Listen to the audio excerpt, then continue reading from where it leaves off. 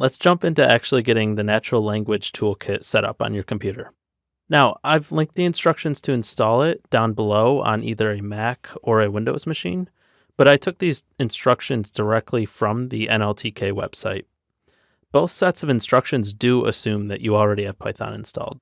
Feel free to visit this install link here on the NLTK website if you'd like to read a little bit more about NLTK, but you don't have to visit that link to download anything for the installation. Now, if you're on a Windows machine, go ahead and follow the instructions listed here, or if you're on a Mac, you can just follow along. Let's switch over to the terminal. Now we're going to type in here pip install -U NLTK, and that'll just instruct the machine to install this NLTK package. We'll run that. And now, if you already have it installed, you'll see exactly what I'm seeing here. If you have an older version of NLTK, it will automatically update for you.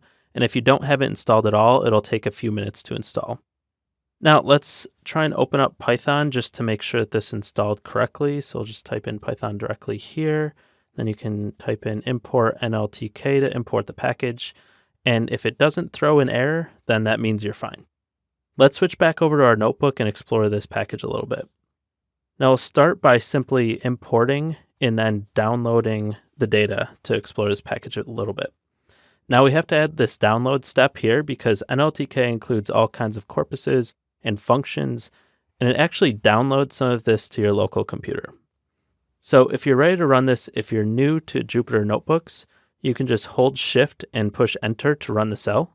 Now, when you run this, it's going to open a new window asking what you'd like to download. If you already have it downloaded, you'll see exactly what I see here, where it just indicates that all parts of the package are already installed. Now, if you don't have it installed already, what this allows you to do is pick the parts of the package that you would like to have installed. So you'll just highlight what you'd like, and in our case, you should install all of them. So you would highlight all of them, click the download button, and you're going to give it a few minutes. It typically takes 3 or 4 minutes to install everything.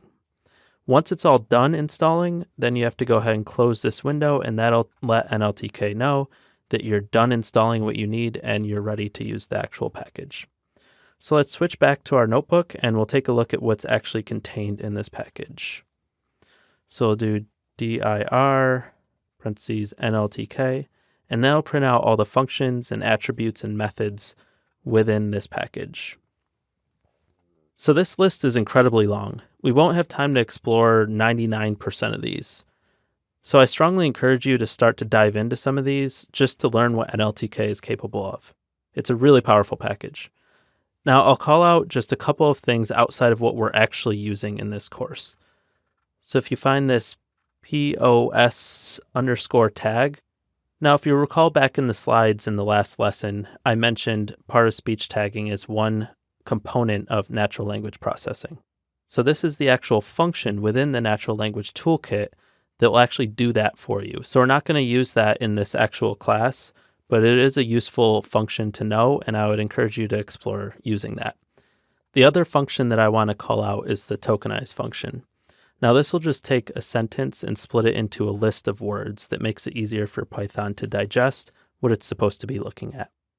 Later in the next chapter, we're going to actually tokenize ourselves, but we're going to build our own function to do it. And the only reason I did that is so that you can better understand what's actually happening under the hood and how this actually works. Moving forward, you can feel free to actually just use this function to do it. It's much faster than building your own function to do it. Now let's dive in and actually experiment with one small component of NLTK. So we're going to take a quick look at some stop words, just as an example to see how you call certain things from NLTK. We'll learn what stop words are a little later on, so it's not important to remember that specifically.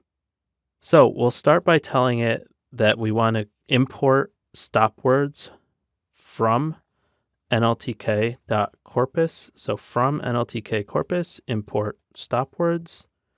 And then to actually look at the list of stop words, we'll type in stop words and then tell it we want the actual words there. And there are stop words in different languages, so we'll tell it that we want the English stop words. And it's a fairly long list, so we don't want to look at the whole thing. So we'll just print out the first 10. So we'll see I, me, my, myself. So it's a lot of pronouns here. So let's take a look further down the list.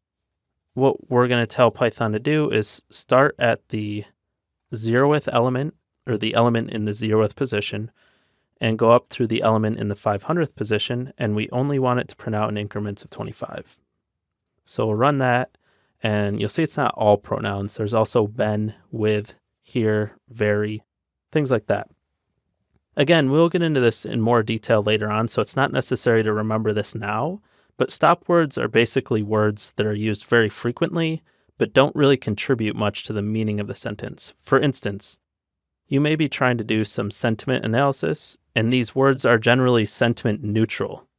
So there's no strong meaning necessarily one way or the other. They're just clouding the signal and taking room away from words that aren't sentiment neutral.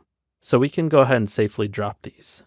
Again, we'll be digging more into this later on, so it's not important that you know exactly what stop words are, just that it's useful to see how you can access a specific corpus of words in NLTK. So this was a very quick introduction and high-level overview of some of the attributes and methods contained within the NLTK package. We'll get into more detail as we move forward in this section.